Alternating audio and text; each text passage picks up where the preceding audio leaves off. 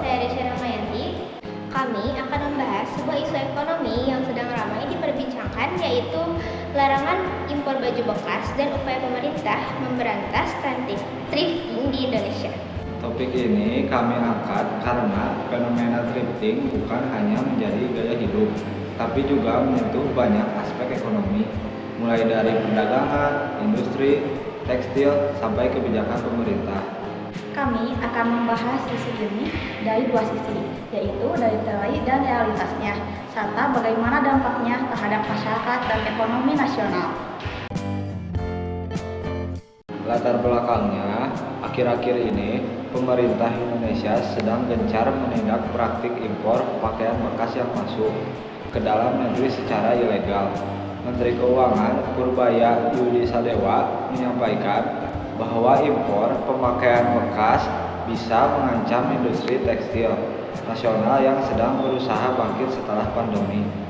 Berdasarkan berita dari CNN Indonesia tanggal 9 November 2025, langkah ini dilakukan karena maraknya baju bekas impor yang dijual di pasar dan toko online tanpa izin resmi, padahal pada dasarnya Peraturan Menteri Perdagangan Nomor 40 Tahun 2022, impor pakaian bekas sebenarnya dilarang keras, baik karena alasan kesehatan maupun pelindungan industri dalam negeri.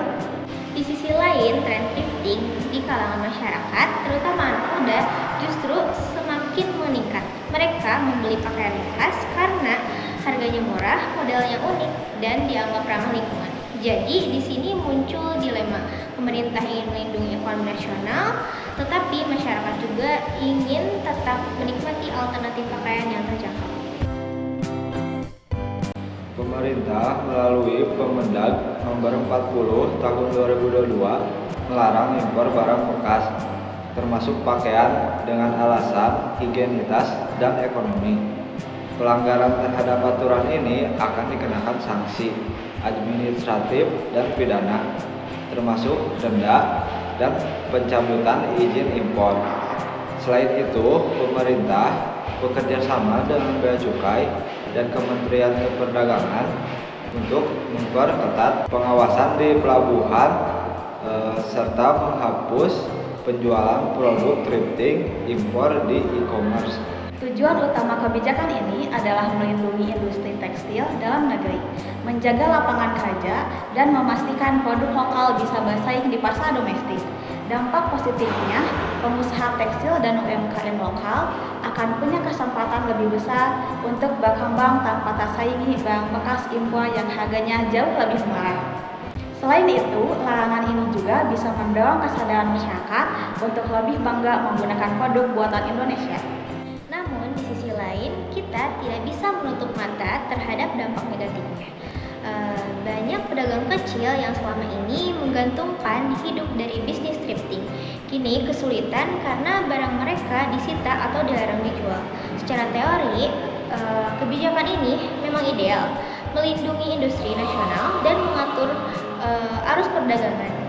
Tapi dalam realitanya, thrifting sudah menjadi bagian dari ekonomi rakyat kecil dan gaya hidup anak muda. Pemerintah mungkin perlu mencari jalan tengah, misalnya dengan melegalkan thrifting asal barangnya lokal atau hasil daur ulang, bukan dari impor ilegal. Dengan begitu, ekonomi lokal tetap berjalan, tetapi tanpa merugikan industri nasional.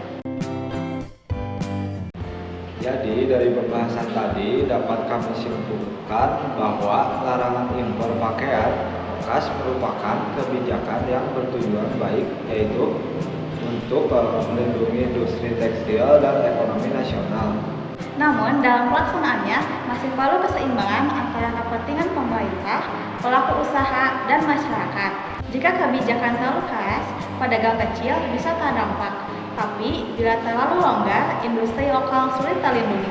Kami berharap ke depannya pemerintah bisa memberikan solusi yang inklusif, misalnya dengan mendorong industri thrifting lokal atau pelatihan bagi pedagang agar bisa beralih ke produk buatan dalam negeri. Sekian dari kelompok 11. Terima kasih. Wassalamualaikum warahmatullahi wabarakatuh.